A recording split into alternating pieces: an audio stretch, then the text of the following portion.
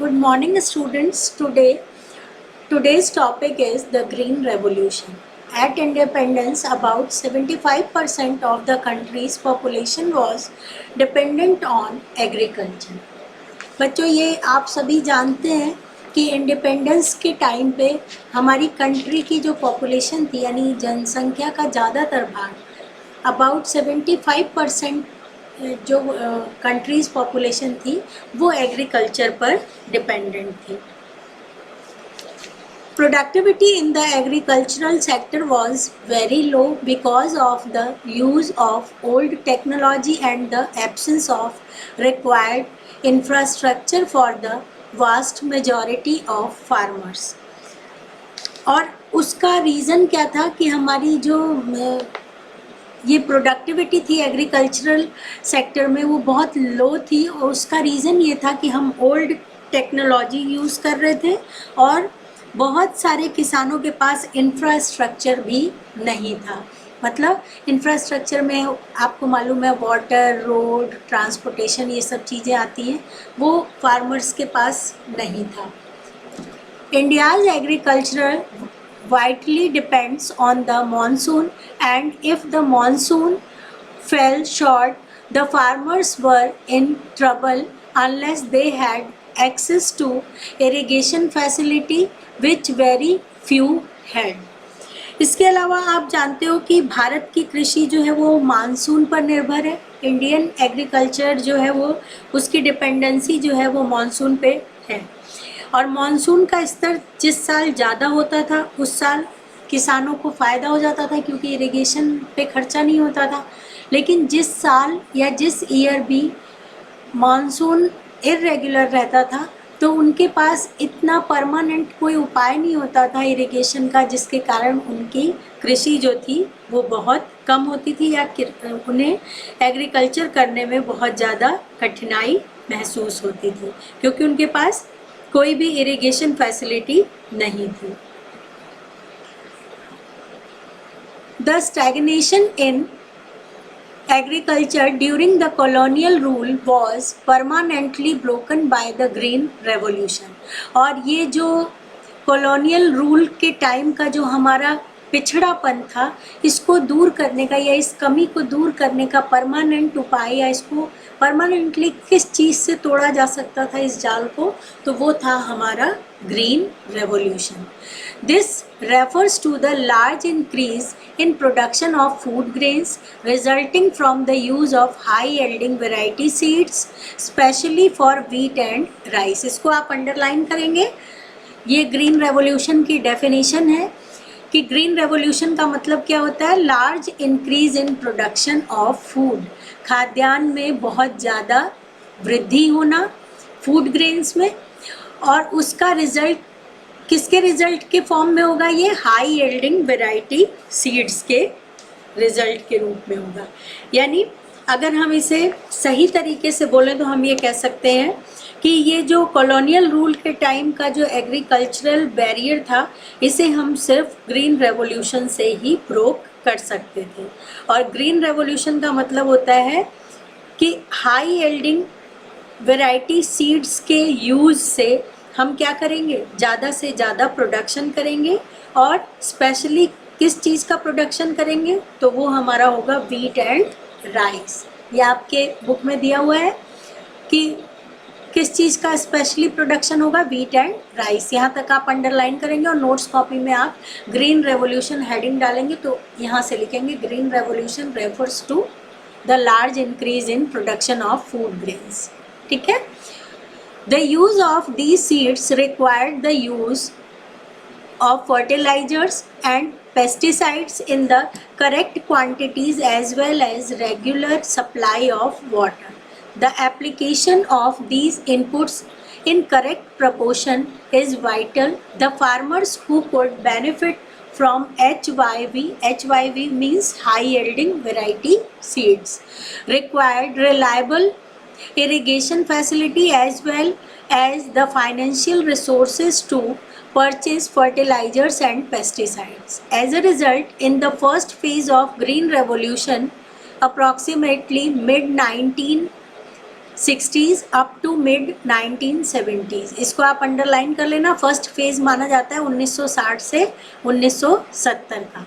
The use of HYV seeds was restricted to the more affluent state such as Punjab, Andhra Pradesh and Tamil Nadu. Affluent state कहते हैं जो मतलब समृद्ध राज्य थे, यानी जिनके पास पानी की कोई कमी नहीं थी, जहाँ की सॉइल बहुत अच्छी थी, उसे हम कहते हैं समृद्ध कहते हैं इसको हम। ये जो आपके वर्ड यूज हुआ है ना अफ्यूलेंट, इसका मतलब होता है समृद्ध स्टेट। कौन से माने जाते हैं? पंजाब, आंध्र प्रदेश, तमिलनाडु, इन सब जगह पर ही 1960 से 70 में इसका ज़्यादा बेनिफिट हमें देखने को मिला।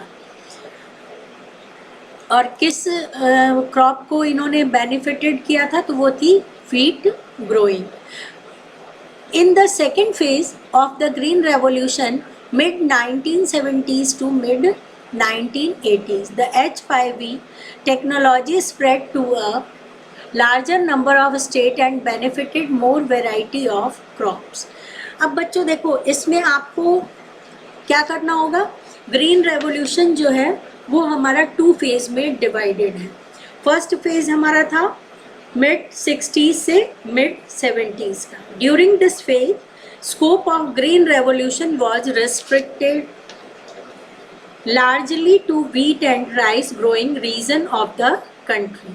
This include the state of Punjab, Andhra Pradesh and Tamil Nadu, which have been agriculturally affluent state in the country. ये कृषि के हिसाब से या कृषि के पॉइंट ऑफ व्यू से ये स्टेट बहुत एफ्लुएंट माने जाते हैं।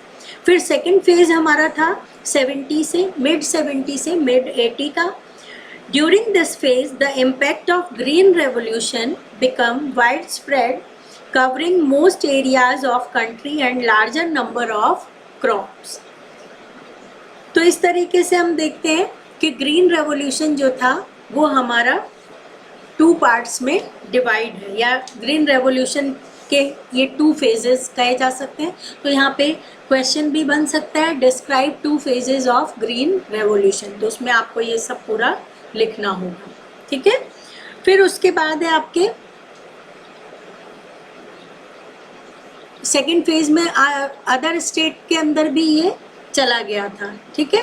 और अब हमारे अचीवमेंट क्या हुई थी इंडिया की कि अमेरिका वगैरह पे हम मर्सी कहते हैं, दया पर, यानी अब हमें अपने खाद्यान्न के लिए या फूड ग्रेन के लिए क्या करने की ज़रूरत नहीं थी, अमेरिका की दया की हमें ज़रूरत नहीं थी। कृपा भी कह सकते हैं हम, मर्सी को कृपा भी कहा जाता है। यानी अमेरिका क्या हमें चेहरा नहीं देखना था कि भाई हमें तुम फूड ग्रेन भेजोगे तभी हम खा पाएंगे, ऐसा नहीं था, ठीक है। फिर हम देखते हैं सेकंड जो इम्पोर्टेंट बात थी वो ये थी कि अगर ग्रोथ हुई है एग्रीकल्चरल फील्ड में तो जो आउटपुट है वो ज़्यादा से ज़्यादा अगर फार्मर खुद के खाने के लिए यूज़ कर रहा है तो इकोनॉमी पे कोई इफ़ेक्ट हमें देखने को नहीं मिलेगा। लेकिन अगर वो अपने क्रॉप का यूज़ अपने से ज़्यादा मार्केट के लिए कर रहा है तो इकोनॉमी में हमें चेंज देखने को मिलता है।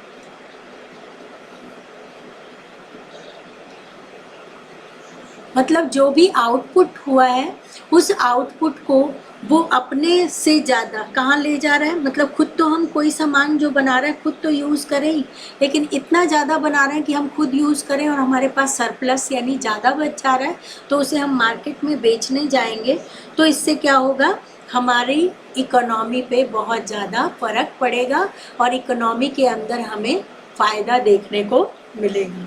तो जब कोई भी फार्मर अपने प्रोडक्शन को मार्केट में बेचने के लिए ले जाता था तो जिस पार्ट को वो बेचता था उसे हम मार्केट सरप्लस के नाम से जानते हैं।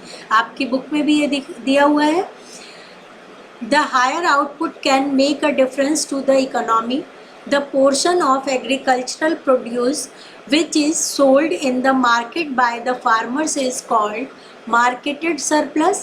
A good proportion of the rice and wheat produced during the Green Revolution period available as marketed surplus was sold by the farmers in the market. As a result, the price of food grains declined relative to other item of consumption. अब वो अपने agriculture का जो extra part होता था food grain का, वो खुद यूज़ करने से जो बच जाता था उसे मार्केट में बेचते थे और उसे हम मार्केट सरप्लस कहते हैं। फिर ग्रीन रेवोल्यूशन के टाइम में फार्मर अपने वीट और राइस का जो एक्स्ट्रा प्रोडक्शन होता था उसे मार्केट में ले जाते थे सोल्ड करने के लिए, और जिसके कारण क्या हुआ कि जब आपको मालूम है डिमांड और सप्लाई में अपोजिट रिलेशन होता है, जब किसी चीज़ की सप्लाई ज़्यादा होती है तो उसकी मार्केट में प्राइस भी क्या होगी, कम हो जाएगी।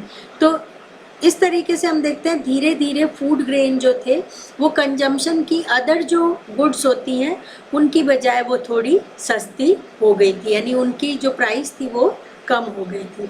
इसका मतलब क्या हुआ कि हर पर्सन जो था वो अपनी टोटल इनकम का बहुत सारा भाग जो था वो खाने पर खर्च करने लग गया, और इस कारण से हम देखते हैं कि जो नीची इनकम वाले लोग थे उन्हें इसका फ़ायदा मिला क्योंकि उन्हें फूड ग्रेन बेचने से पैसा मिलता था, तो इससे वो अपनी रिक्वायर्ड इनपुट्स को इजीली गेन करने लग गए। ठीक है, ये लाइन जो आपकी यहाँ से दी हुई है ना, as a result the price of food grains declined relative to other item of consumption, यानी अदर जो कंजम्पशन करते थे उससे फूड ग्रेन की प्राइसेस कम हो गई थी। The low income groups who spend a large percentage of their income on food benefited from the decline in relative price. अब आपको मालूम है गरीब आदमी फैशन के सामान पे ज़्यादा खर्चा नहीं करता है, वो ज़्यादा खर्चा अपनी इनकम का फूड ग्रेन्स पे ही करता है, खाने पीने के सामान पे ही करता है वो। तो जब खाने का सामान सस्ता हो जाएगा तो उनकी इनकम का भाग उनके पास बचने लगेगा। जिस सामान पे पहले वो 100 रुपये खर्च करते थे, अब वो उस सामान पे सिर्फ 60 रुपये 70 रुपये ही खर्च करने लगे, तो 40 रुपीज़ उनकी सेविंग हो गई। The green revolution enabled the government to procure sufficient amount of food grain to build a stock which could be used in items of food shortage। और दूसरा फ़ायदा हमें इस ग्रीन रेवोल्यूशन से क्या हुआ, एक तो गरीबों को फ़ायदा हुआ कि रिलेटिव प्राइस डिक्लाइन हो गई, दूसरा फ़ायदा गवर्नमेंट को हुआ क्योंकि गवर्नमेंट क्या करती थी, अपने पास फूड ग्रेन का स्टॉक बिल्ड कर पाई, और जब कभी ड्रॉट फेमाइन या वॉर कंडीशन आए तो उस टाइम पे हम इस फूड शॉर्टेज को कम करने के लिए सरप्लस फूड ग्रेन का यूज़ कर सकें। While the nation had immensely benefited from the green revolution, the technology involved was not free from risk। हालांकि हम जानते हैं कि ग्रीन रेवोल्यूशन से देश को बहुत फ़ायदा हुआ, लेकिन फिर भी इस टेक्नोलॉजी को यूज़ करने से ये नहीं था कि रिस्क कम था। One such risk was the possibility that it would increase the disparities between small and big farmer।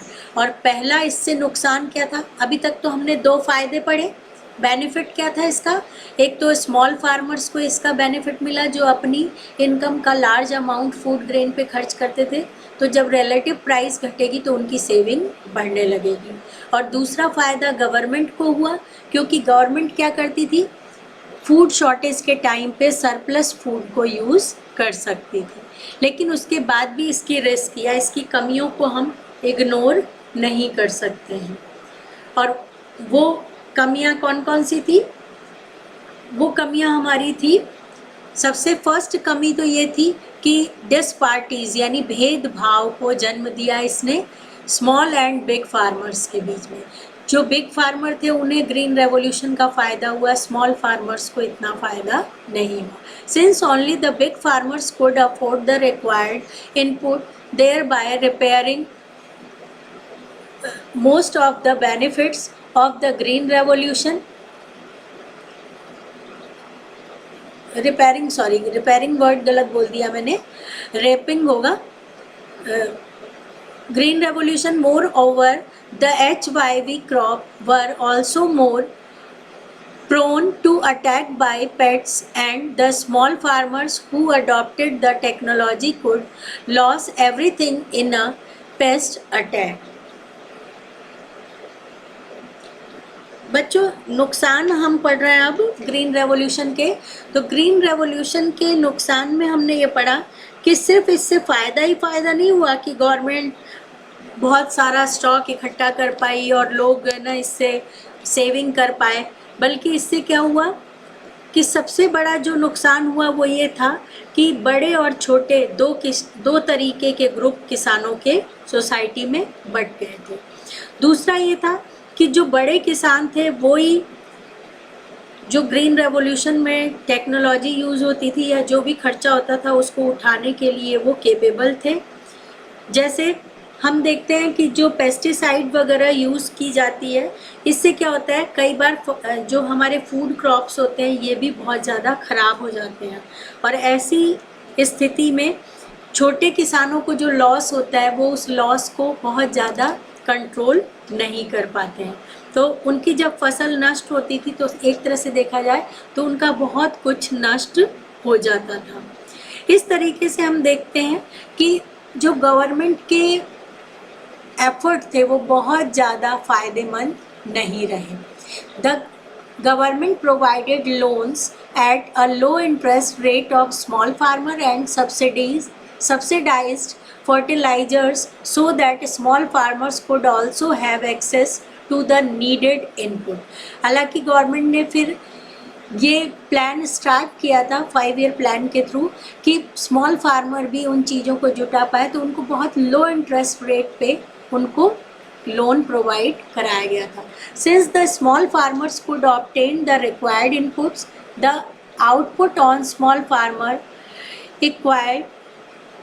equal the output on large farmer in the course of time. As a result, the green revolution benefited the small as well as rich farmer. The risk of the small farmers being ruined when pests attacked their crop was considerably reduced by the services rendered by research institutes established by the government. इसके अलावा हम देखते हैं कि government ने effort किया कि उन्हें लो इंटरेस्ट रेट पर लोन प्रोवाइड किया जा सके ताकि वो भी इनपुट्स को यूज़ कर सकें। लेकिन हम देखते हैं जो इनके रिस्क थे उसको तो कम किया गया, उसके बाद भी ये एफर्ट जो थे वो जो रिच फार्मर्स थे उन्हें ही ज़्यादा मतलब उनको ही ज़्यादा मिल सके, स्मॉल फार्मर्स को इसके बेनिफिट हमें ज़्यादा देखने को नहीं मिले। You should note that the green revolution would have favoured the rich farmers only if the state did not play an extensive role in ensuring that the small farmer also gains from the new technology। बच्चों, ये new technology जो government ने time to time change की, इसका भी benefit जो था वो रिच फार्मर्स को ही मिला। तो हम ये कह सकते हैं कि कुछ ड्रॉबैक थे ग्रीन रेवोल्यूशन के। ग्रीन रेवोल्यूशन का कुछ बुरा परिणाम भी था, जैसे लिमिटेड क्रॉप्स थी, सिर्फ वीट और राइस पे ही ये इम्प्लीमेंट किया गया था। अनइवन स्प्रेड था, हर स्टेट में ये स्प्रेड नहीं हो पाया था। लिमिटेड फार्मिंग पॉपुलेशन थी, यानी सिर्फ रिच और बिग फार्मर्स को इसका फ़ायदा मिला, और इस तरीके से इकोनॉमिक डिवाइड हमें क्या था सोसाइटी में देखने को मिला। तो ये जो ग्रीन रेवोल्यूशन हमने पढ़ा, इसमें बहुत सारी इम्पॉर्टेंट बातें थी बच्चों। सबसे पहली इम्पॉर्टेंट बात थी ग्रीन रेवोल्यूशन का मीनिंग। दूसरी इम्पॉर्टेंट बात थी ग्रीन रेवोल्यूशन के फेजेस, फर्स्ट फेज़ और सेकंड फेज़, फिर इसके बेनिफिट और फिर इसके ड्रॉबैक्स। ये आपका पूरा ग्रीन रेवोल्यूशन का टॉपिक था। That's all for today. Thank you.